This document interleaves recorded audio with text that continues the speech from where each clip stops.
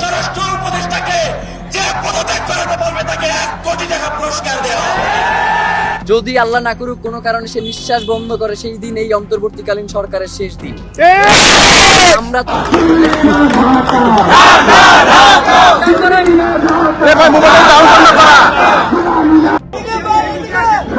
মানে তারা আমার যেই কারণে পদত্যাগ করতে বলে ওই কারণগুলি যদি আমি উন্নতি করে দিতে পারি তো আর কোনো পদত্যাগের। দর্শক, এই মুহূর্তে ঢাকা বিশ্ববিদ্যালয় ক্যাম্পাসে আছেন সহকর্মী নূর হোসেন। আমরা সরাসরি চলে যাচ্ছি তার কাছে। আকসুর বিবি আমাদের যে ছোট ভাই কায়েম যে কথা বলছে তার প্রতিটা দাবি যৌক্তিক।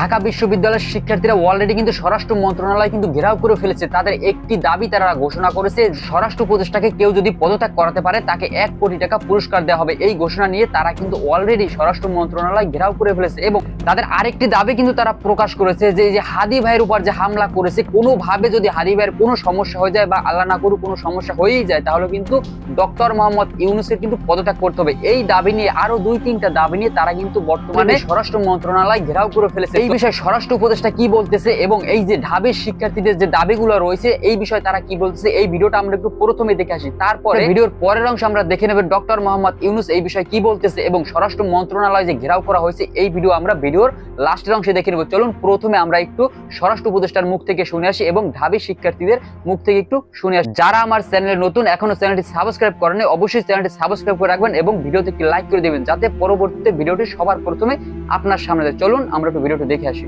দৃশ্যমান উন্নতি না দেখি, আইন শৃঙ্খলা পরিস্থিতি উন্নতি যদি 48 ঘন্টার মধ্যে না হয়, চিরুনি অভিযান চালিয়ে স্বরাষ্ট্র উপদেষ্টাকে পাশে রেখে সাদিক কায়েম যখন তাকে সহ আরো 2 উপদেষ্টার পদত্যাগ দাবি করেন তখন উপদেষ্টার অভিব্যক্তি ছিল সর্বস্ব হারানো কোনো নিঃস্ব মানুষের মতো। আইন শৃঙ্খলা পরিস্থিতি দৃশ্যমান পরিবর্তন না দেখাতে পারলে স্বরাষ্ট্র উপদেষ্টা, আইন উপদেষ্টা এবং পররাষ্ট্র উপদেষ্টাকে পদত্যাগ করতে হবে। খুনি সন্ত্রাসীদের গ্রেপ্তার না করা, অস্ত্রোদ্ধার না করা হয়, সেই ক্ষেত্রে আমাদের দৃশ্যমান পরিবর্তন না দেখি সেই ক্ষেত্রে আমরা এই 3 উপদেষ্টার পদত্যাগের দাবিতে আমরা আন্দোলন শুরু করব। কোনো এক সময় মনে হচ্ছিল তিনি হয়তো কেঁদেই দেবেন, কিন্তু শেষ পর্যন্ত আবেগ কিছুটা হলেও নিয়ন্ত্রণ করতে পেরেছেন। শুধু বললেন দাবি যৌক্তিক, সবাই হাদির জন্য দোয়া করবেন। চলো আমাদের ওসমান হাদি ভাই এখন যে অসুস্থ, আপনারা তার জন্য একটু দোয়া করবেন, ওই যেন যেন আবার সুস্থ হয়ে আমাদের মাঝে ফিরে আসতে পারে। এই জন্য আমি আপনাদের সবাই দোয়া কামনা করি। এইগুলির ক্ষেত্রে আমরা পরে কথা বলে আমরা 3টা ডাকসু ভিপি সাদিক কায়েমের নেতৃত্বে 3 দফা দাবিতে স্বরাষ্ট্র মন্ত্রণালয়ে ঘেরাও কর্মসূচি পালন করেছে শিক্ষার্থীরা।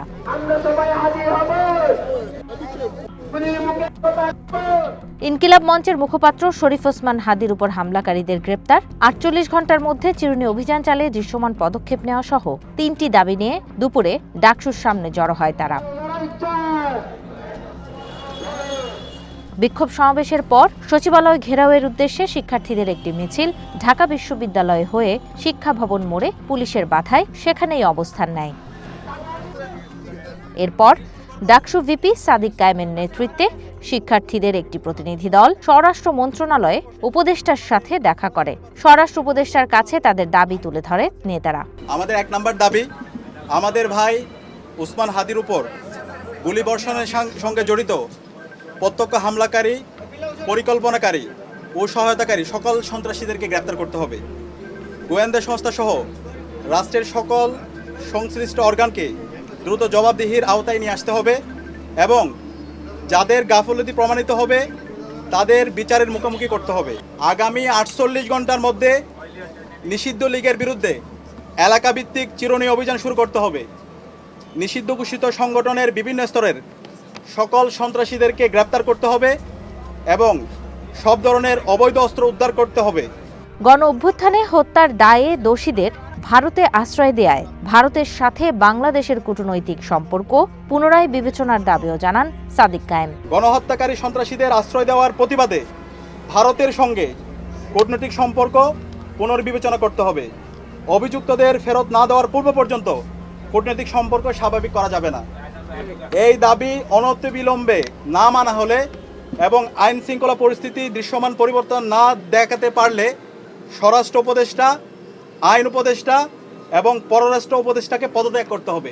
আজকের অনুষ্ঠানের এদিকে কেন্দ্রীয় শহীদ মিনারে ইনকিলাব মঞ্চের সমাবেশে স্বরাষ্ট্র উপদেষ্টার সমালোচনা করে রাকসুর জিএস সালাউদ্দিন আম্মার বলেন, হাদির উপর হামলাকারীদের ধরতে তিনি 50 লাখ টাকা পুরস্কার ঘোষণা করেছেন, কিন্তু স্বরাষ্ট্র উপদেষ্টাকে পদত্যাগ করাতে পারলেই বরং 1 কোটি টাকা পুরস্কার দেয়া হবে। স্বরাষ্ট্র উপদেষ্টা, আপনি 50 লক্ষ টাকা পুরস্কার ঘোষণা করলেন আসামি ধরার জন্য। আমি রাজশাহী বিশ্ববিদ্যালয় কেন্দ্রীয় ছাত্র সংসদ রাকসুর সাধারণ সম্পাদক হিসেবে ঘোষণা দিচ্ছি, এই স্বরাষ্ট্র উপদেষ্টাকে যে পদত্যাগ করাতে পারবে তাকে 1 কোটি টাকা পুরস্কার দেওয়া হবে।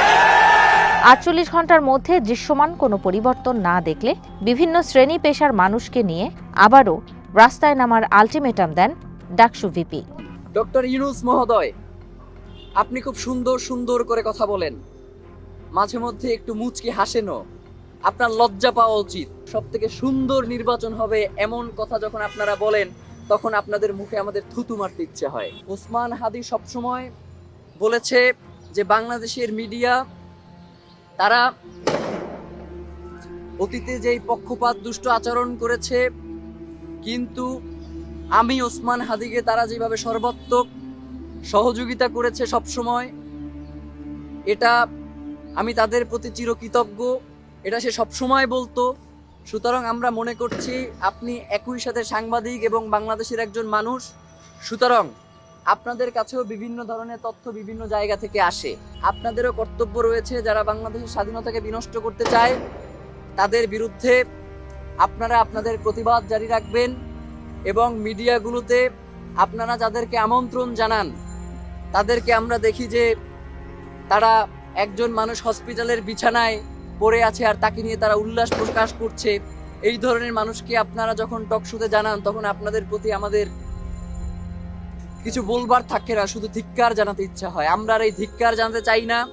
আমরা মনে করি আপনারা যাদেরকে এই টকশোগুলোতে আমন্ত্রণ জানান আপনাদের অবশ্যই এই ব্যাপারে সতর্ক হওয়া প্রয়োজন, কারণ মানবাধিকার শুধু মানুষের জন্য, কোনো পশুর জন্য কোনো মানবাধিকার নাই। পশুর কণ্ঠস্বর তো আসলে আমরা মিডিয়ার মাধ্যমে আপনাদের কাছ থেকে শুনতে চাই না।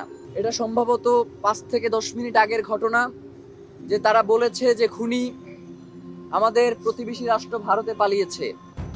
আপনাদের কাছে একটা কথা জানতে চাই যে বাংলাদেশে যারাই এবং যখনই কোনো গুম, খুন এবং হত্যা হয়, সেই খুনির আশ্রয়দাতা অটোমেটিক্যালি ভারত হয়ে যায়। তো একটা প্রতিবেশী রাষ্ট্রের দায়িত্ব কি তার পার্শ্ববর্তী রাষ্ট্রের যে নিরাপত্তা যারা বিঘ্নিত করে তাদেরকে আশ্রয় দেয়া, নাকি তার পার্শ্ববর্তী রাষ্ট্রের নিরাপত্তা যাতে কোনোভাবে ব্যাহত না হয় সেই দিকে সহযোগিতা? তারা ওসমান হাদির নিরাপত্তা নিশ্চিত করতে পারেন না, অথচ আপনারা বলেন ফেব্রুয়ারির 12 তারিখে আপনারা নাকি নির্বাচন করবেন। 1 আসনের প্রার্থীর আপনারা নিরাপত্তা নিশ্চিত করতে পারেন না, আর 300 আসনে আপনারা ইলেকশন করবেন এবং সেই ইলেকশন সুষ্ঠু হবে, কোনো ঝামেলা হবে না এবং সবথেকে সুন্দর নির্বাচন হবে, এমন কথা যখন আপনারা বলেন তখন আপনাদের মুখে আমাদের থুতু মারতে ইচ্ছে হয়। আপনাদেরকে আমরা জানাতে চাই যে ইতিপূর্বেও ওসমান হাদি তার শঙ্কার কথা জানানোর পরেও কেন গোয়েন্দা সংস্থা থেকে তাদের বিরুদ্ধে কোনো ধরনের ব্যবস্থা নেওয়া হলো না। এবং আপনারা জানেন যে এই যে খুনি, এই খুনি ইতিপূর্বেও গ্রেফতার হয়েছে এবং তাকে এই সরকারের আমলেই জামিন দেওয়া হয়েছে। আমরা তো মনে করি যে তার এই জামিন ওসমান হাদিদের মতো যারা জুলাইয়ের কণ্ঠস্বর, যারা বাংলাদেশের স্বাধীনতা সার্বভৌমত্বকে ভালোবাসে, যারা বাংলাদেশের স্বাধীনতা সার্বভৌমত্বকে টিকিয়ে রাখার জন্য লড়াই করছে, তাদেরকে আসলে মেরে ফেলার জন্যই এদেরকে বের করা হয়েছে। যেহেতু আপনারা ওসমান হাদিকে আমরা 48 ঘন্টা সময় দিয়েছিলাম, আপনারা এই 48 ঘন্টার মধ্যে ওসমান হাদির যারা খুনি রয়েছে তাদেরকে আপনারা গ্রেফতার করতে পারেন নাই। সুতরাং আমরা ইনকিলাব মঞ্চ এবং বাংলাদেশের জনতার মতামতকে প্রাধান্য দিয়ে আপনাদেরকে বলছি যে ওসমান হাদির জন্য আপনারা খাস করে দোয়া করেন।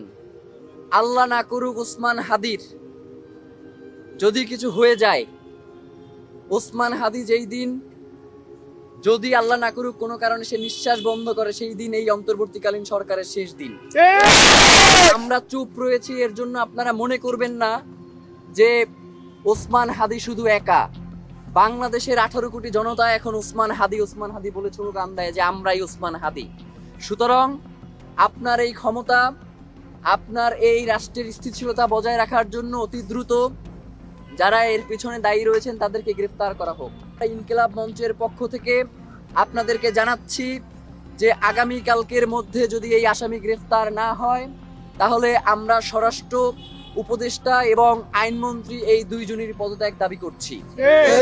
এবং আমরা সেই সাথে আপনাদেরকে জানাতে চাই যে আগামীকালকে ঢাকায় শহীদ মিনারে ইনকিলাব মঞ্চের পক্ষ থেকে সর্বদলীয় একটি প্রতিরোধ সমাবেশের আয়োজন করা হয়েছে বিকাল 3টায় শহীদ মিনারে। 5ই আগস্ট যেই কাজটা করবার আমাদের দায়িত্ব ছিল আমরা সেই কাজ করতে পারি নাই। আগামীকালকের প্রতিরোধ সমাবেশে আমরা সেই অসমাপ্ত কাজ পূর্ণ করার ঘোষণা করব ইনশাআল্লাহ। বাংলাদেশের স্বাধীনতার সার্বভৌমত্ব টিকিয়ে রাখতে হলে বাংলাদেশে ভারতের কোনো দাসত্ব মেনে নেওয়া হবে না। বাংলাদেশের স্বাধীনতা সার্বভৌমত্ব টিকিয়ে রাখতে বাংলাদেশের কোনো রাজনৈতিক দলকে ভারতের পক্ষপাত দুষ্ট হতে দেয়া হবে না।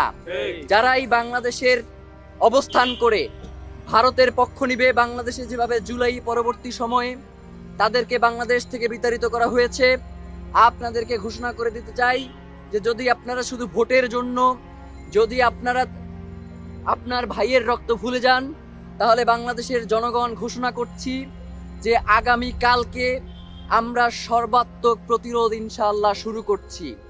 আর কোনো বিন্দু মাত্র ছাড় দেয়া হবে না।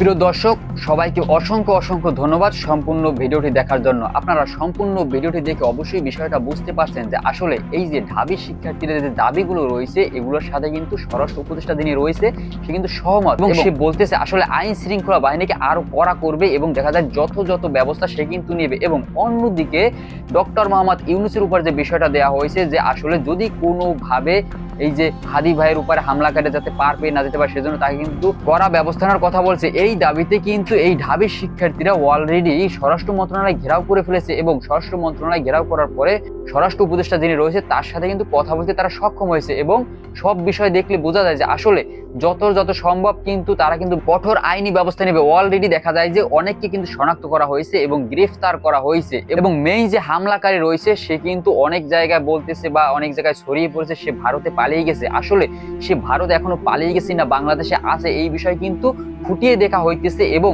আইন শৃঙ্খলা বাহিনী যথাযথ ব্যবস্থা নিতে। যাই হোক, এরপরে নতুন ভিডিওর আপডেট পেতে অবশ্যই চ্যানেলটি সাবস্ক্রাইব করে রাখবেন এবং আপনার মতামত অবশ্যই কমেন্টে জানিয়ে। সবাই ভালো থাকবেন, সুস্থ থাকবেন, খোদা হাফেজ।